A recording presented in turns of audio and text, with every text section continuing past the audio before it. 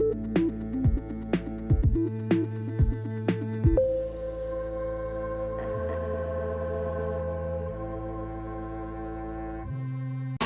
guys, welcome back to releasethecraftin. Priscilla here with another episode of Storycraft.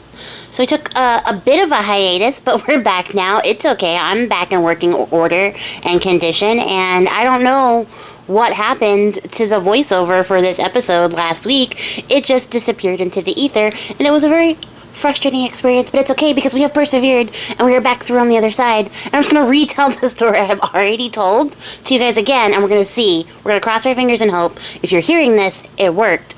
It was successful. It's the thing. I don't really have any new business to share with you guys except Patreon. Check out my Patreon. It really helps me out, helps out my channel, helps support what I do here. So if you like me, you can check that out.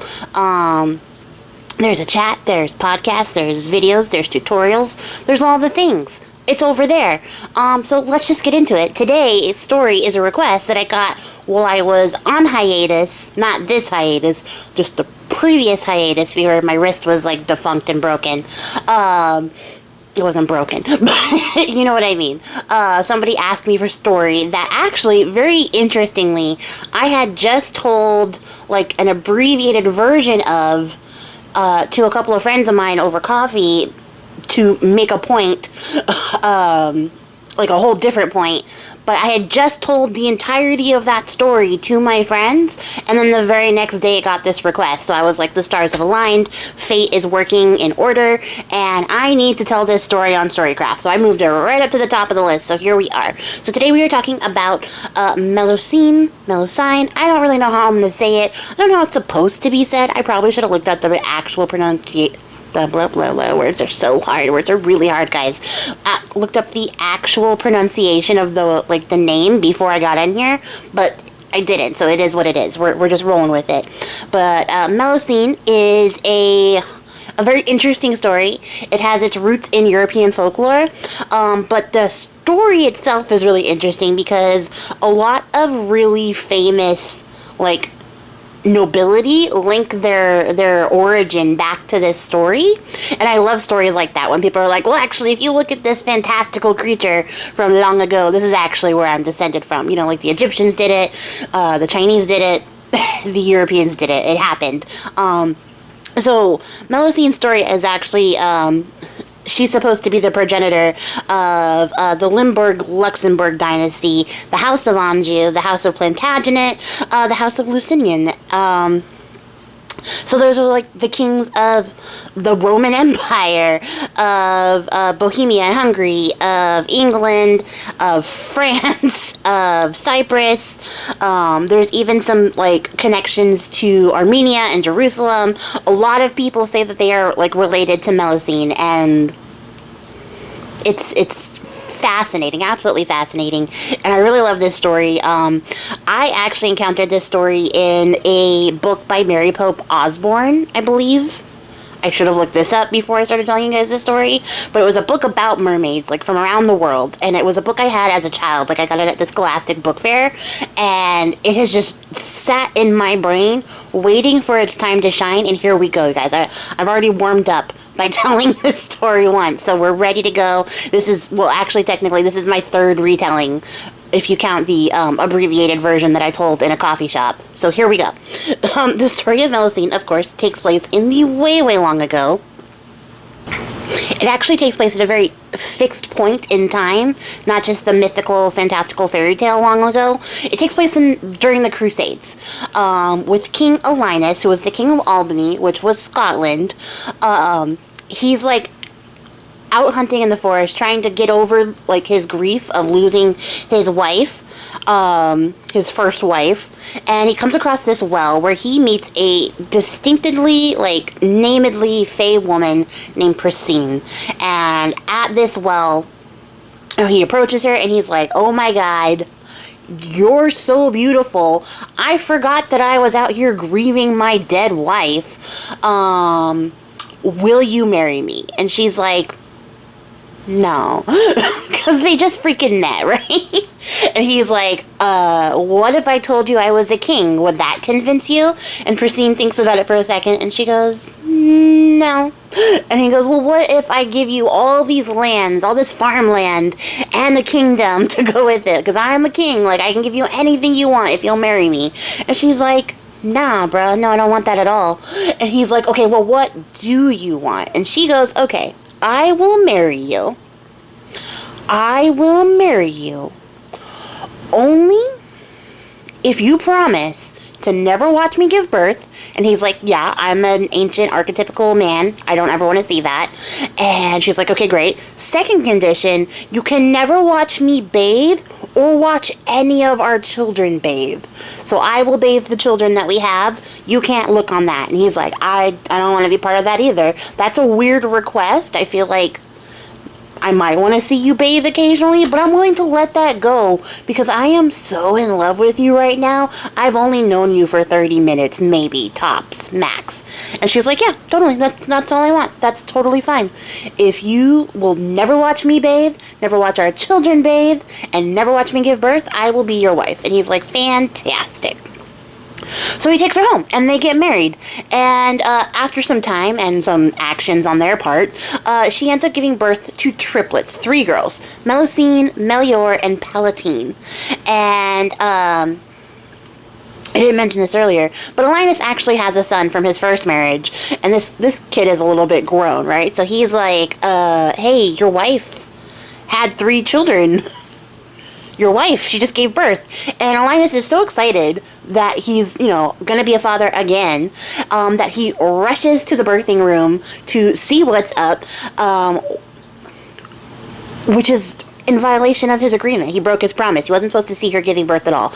It's never mentioned what he sees, but Priscine takes it so personally that he immediately broke his promise to her that she takes their 3 daughters and she leaves and she goes off to Avalon where he can never find her. Like literal King Arthur's Avalon. She's like, fuck you, I'm out of here. I'm going to the island where you can't go and you will never find me. So she raises her 3 daughters in Avalon, and every morning, you guys, Priscine takes her 3 daughters to like the highest point in Avalon and then points out the kingdom that would have been theirs if their dad wasn't a promise breaker. So like, you can't tell me she didn't take that super personally. She really took that broken promise to heart because she spent every single morning being like, right over there, you guys, is the kingdom. That's all the lands. That's all the riches and the wealth and the glory you could have had if your dad could just keep one fucking promise, but he couldn't.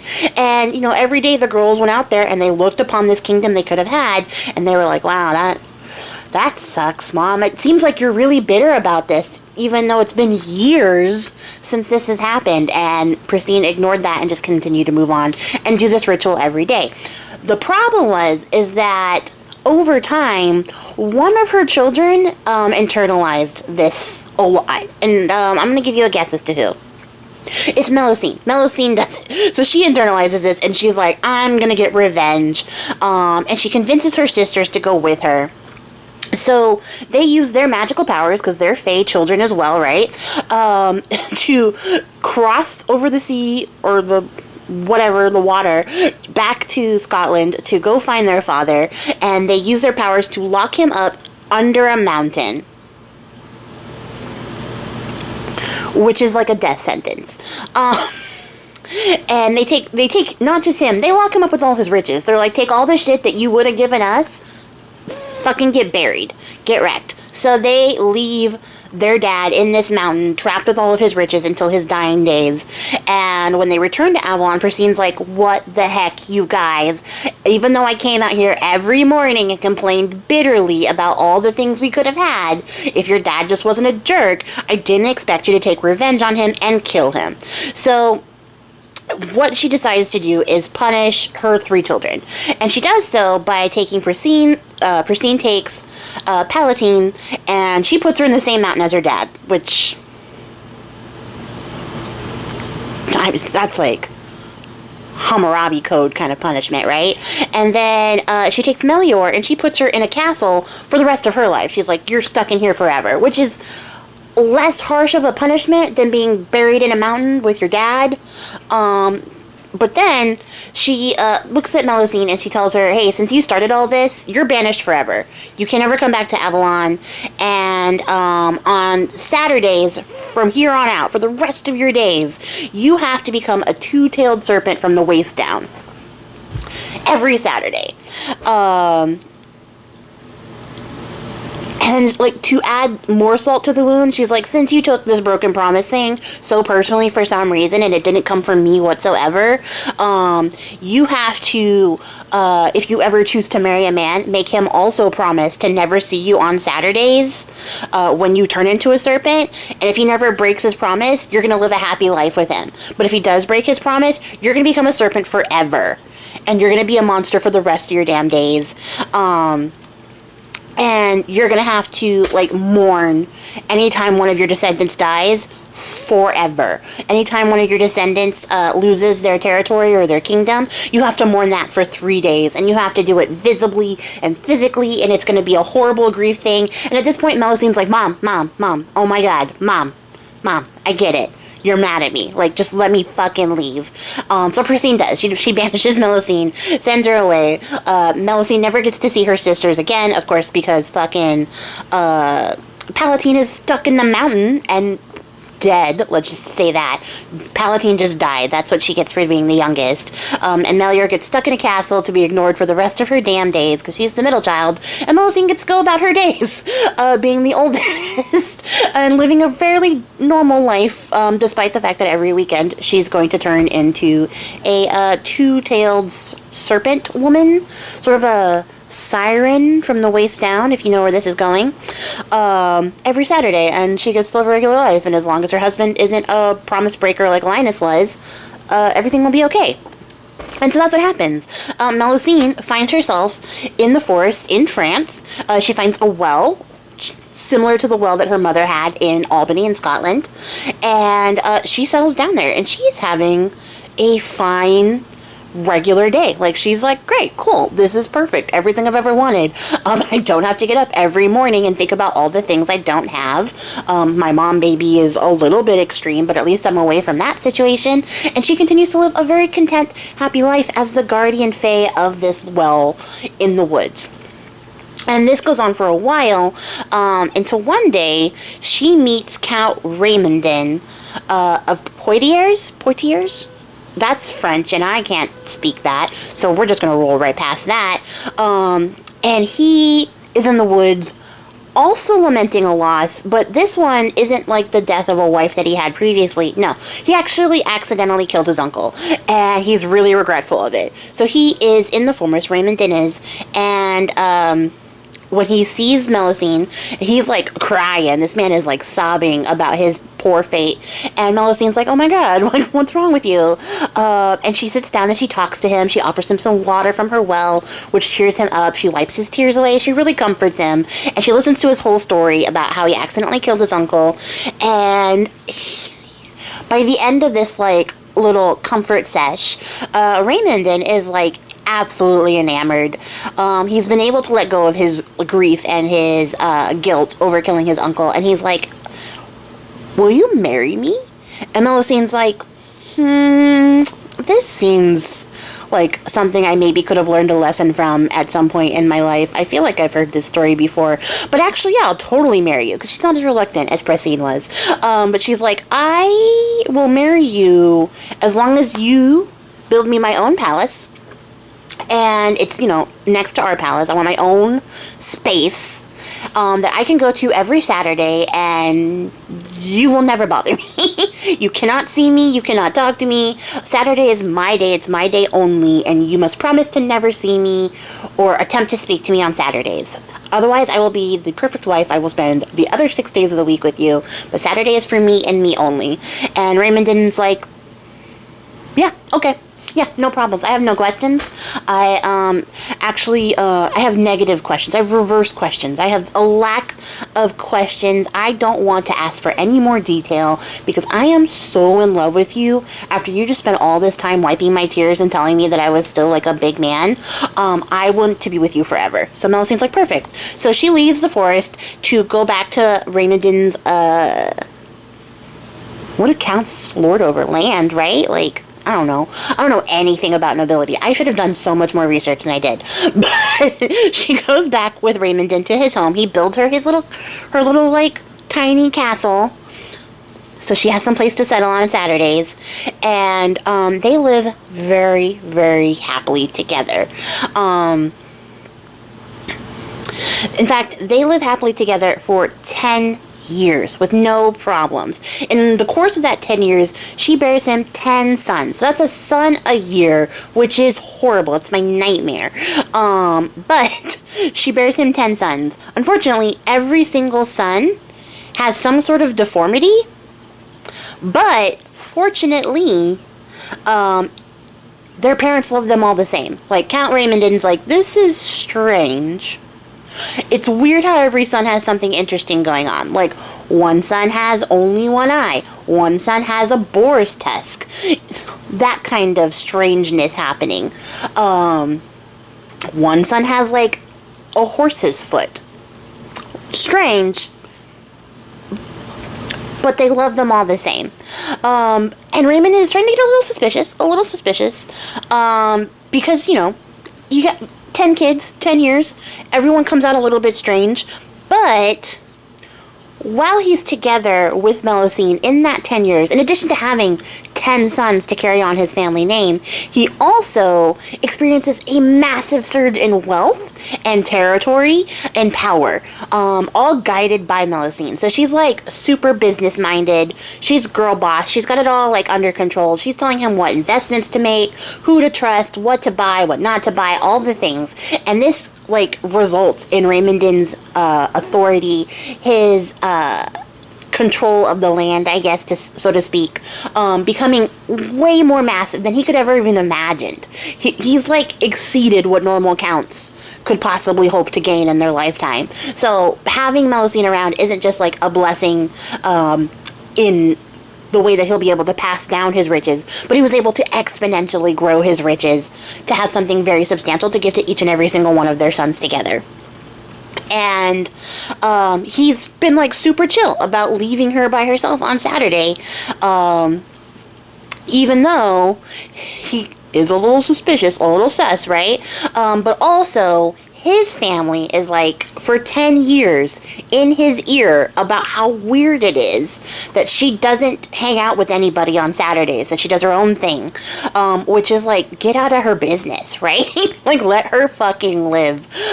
She's doing everything else, you know, like ruling the land. I don't know how to describe what counts do because they're not kingdoms.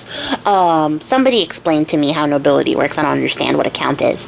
But she's a countess, right? So the Countess Melusine is doing the thing. She's helping her husband out. She's also giving him sons. Like, she's doing all the things that you would expect women to do at this day and age, right? Like, she's doing the things and then some because they're becoming very prosperous and affluent from it.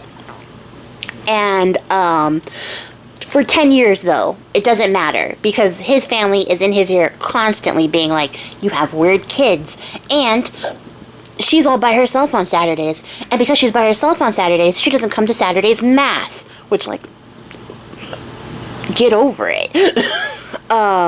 So after listening to his relatives gripe in his ear for 10 years, he's like, you know what, I've had enough. You're right. It's absolutely absurd that she spent this last 10 years avoiding the family and all of the responsibilities of being a countess every Saturday. Like, enough's enough. This can't be like anything serious. This is a silly quirk. It's gotta go. I'm putting my foot down on the man of the house.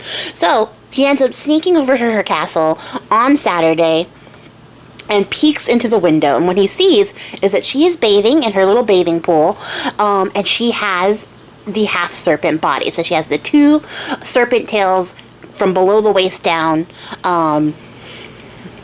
and she is bathing there, and he tries to be really secret about it. Like, he's like, oh my god, my wife is like part dragon, I don't know what's going on, but he sneaks away, doesn't tell anybody what he saw, because he's like, I don't even know how to process this, and if I tell the family, they're gonna lose their minds.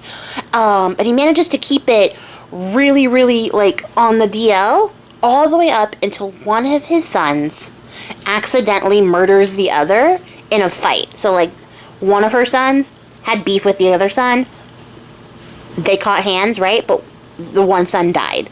And after this fight, in front of the entire court, Raymondin calls out Melusine, and he's like, it's all your fault that they died, that this happened, that one son has freakish monster strength because you're a serpent. And when he called her a serpent, you guys, she turns into a dragon. She gives him 2 magical rings, and then she fucks off to never be seen again. Some people said that she would come at night to nurse her 2 youngest children because they were still infants. But otherwise, like, nobody ever saw her again. She just dipped and took off. Although, what they would say is that anytime one of her sons would die over the years, like, so we're talking generations down as they're living their whole lives, right? Anytime one of her sons would die, you would see, like, a dragon flying around the countryside, basically wailing in the only way that dragons can wail, which I guess is kind of like a feeble roar. So in absolute lament, heartbroken over the loss of her child, her descendants, as her mother cursed her to be, right? Like, her mother told her, you're gonna have to, like, lament all of your descendants every time they die for 3 days apiece. So every time they died, she'd show up, she'd fly around the countryside for 3 days, wailing, and then she would disappear again, and nobody saw her. Raymond never got to reconcile with her. And it was said that, like, she would be seen, like, all the way up to when the castle of Lucinian was demolished. Like, that you could hear her wailing as she flew around the castle turrets as it was being brought down. So, like, they were still talking about her generations and generations past this point. And that's essentially the end of the tale of Melusine, you guys. I couldn't find out anything, like, significant about the 2 magical rings that she leaves behind. There was a little bit about how sometimes, like, these noble families would present, like, a ring and be like, oh, this is the ring that Melusine left when she left her husband. That's how you know that we're related to her, that kind of thing. But otherwise, like, those 2 rings are, like, idiosyncratic, and they don't really have any basis on any bearing on anything. Interestingly enough, there's different versions of this story depending on which country's nobility you're talking about. And there's little tiny tweaks and variations here and there. But the story that I've told is sort of a condensed version of the most widely accepted story. But there's versions in Luxembourg, in Germany, in Britain. There's even some stories that, like,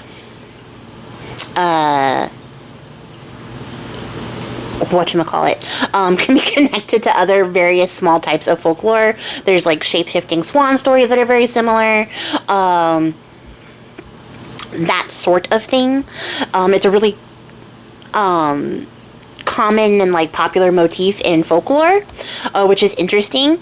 It's also believed, because Melusine shows up in a lot of artwork. If you Google artwork with Melusine, there's a lot of famous pictures and paintings and stuff like that of her. But it's also believed that the Starbucks logo, and they can get fuck Starbucks, but their logo is based on Melusine's story. That 2-tailed siren is actually Melusine, which is an interesting little bit of, like, seeing her in pop culture. But fuck Starbucks.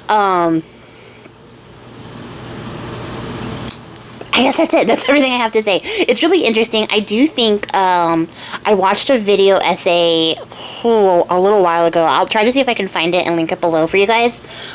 It wasn't the most sensible video essay. It was, like, somebody's personal opinion, so I don't know, like, if it's really worth sharing. There was a lot of weird stuff in this video essay, but one of the things that they had said in the beginning, before I realized the rest of the video essay was, like, a little bit cuckoo, was that the idea behind Melusine needing that Saturday off was in connection to the way that women's mysteries were sort of handled and the religions of women. And it was sort of understood that women have their own religions and their own rites and services. And men were just like, that's not for us. Like, we don't want any part of that. We don't want to know. We don't want to be a part of it. So her sort of demanding, like, to have that Saturday to herself was so that she could conduct her women's mysteries and sort of engage in her own magical practice without the eyes of men or the influence of men, which is just an interesting, like, thought process. I don't really know if that has any connection to anything. I didn't see anything when I went to go look for some background, research into the story that would indicate that, but it is an interesting concept, sort of intellectually, to look at this fairy tale and, like, see how that could sort of relate to women and, like, just the arts of women, and why a woman would demand to have her own time and space, which seems like a very fair thing to ask for, being like, I'll do all the things that you want of me, but, like, one day a week is mine. It seems like a more than fair thing to ask for, especially when you look at, like, how modern culture is, and how those, like, weird traditionalists are sort of trying to make this movement to get back to, like, fundamentalism and, throwing all women back into the house so that, they can make more babies. I'm not going to go on that tangent right now, but there's a lot to be said there. But it's just an interesting sort of concept and idea to think that maybe that's what was actually happening, and that's the thing that her mother was trying to preserve, was the mysteries of women, and being like, we need our own time, our own space to conduct these rituals and these rites, to come in touch with, like, the divine feminine. I think that's a very interesting, like, concept and fact, and it sort of makes me want to just do that for myself, like, eke out, like, a one day a week where I'm like, all right, nobody fucking talk to me, because I'm gonna do, like, lady magic, but I'm already so goddamn busy. I don't know how I'm gonna squeeze that in there. But it's something I might, like, aspire to do at some point, and just be like, Saturdays we're doing women witchy shit, like, that kind of thing. But, I don't know, just an interesting sort of thought that I was able to glean off of that really weird video essay. It was so weird, you guys. Like, it started out, like, normal, and then just got really weird as time went on. I don't even think I finished it, to be fair. But if I remember where I watched it, I will share it, because it's, where I got the concept from. But that's going to be it for me, you guys. If you made it to the end of the video, as always, I appreciate your faces. I am always taking requests for Storycraft as evidence. Now I just took this request and shoved it to the top because it was matching a current hyperfixation. And I would love to share more stories that you guys are interested in hearing. If you have heard of this story before, I would be really curious to know. It's a fairly popular story. It's not like Little Mermaid, Hans Christian Andersen popular, but it's pretty popular, and I guess it's timely too to get into, since we're about to approach May and we're about to hit Mermaid. I thought about doing a month of mermaid stories, but then I was like, don't stress yourself out. Not that there's not enough content to do that. There's definitely a mermaid story all around, and I might still do it. I haven't decided. But I was just like, don't make it so that you have to do something that you aren't really, like, fully mentally committed to. That was the thought process. But anyways, now I'm just rambling, so I'm gonna get out of here. I'm gonna eat something. That's probably what I need. And I will catch you guys all in the next one. Until then, happy crafting. Bye!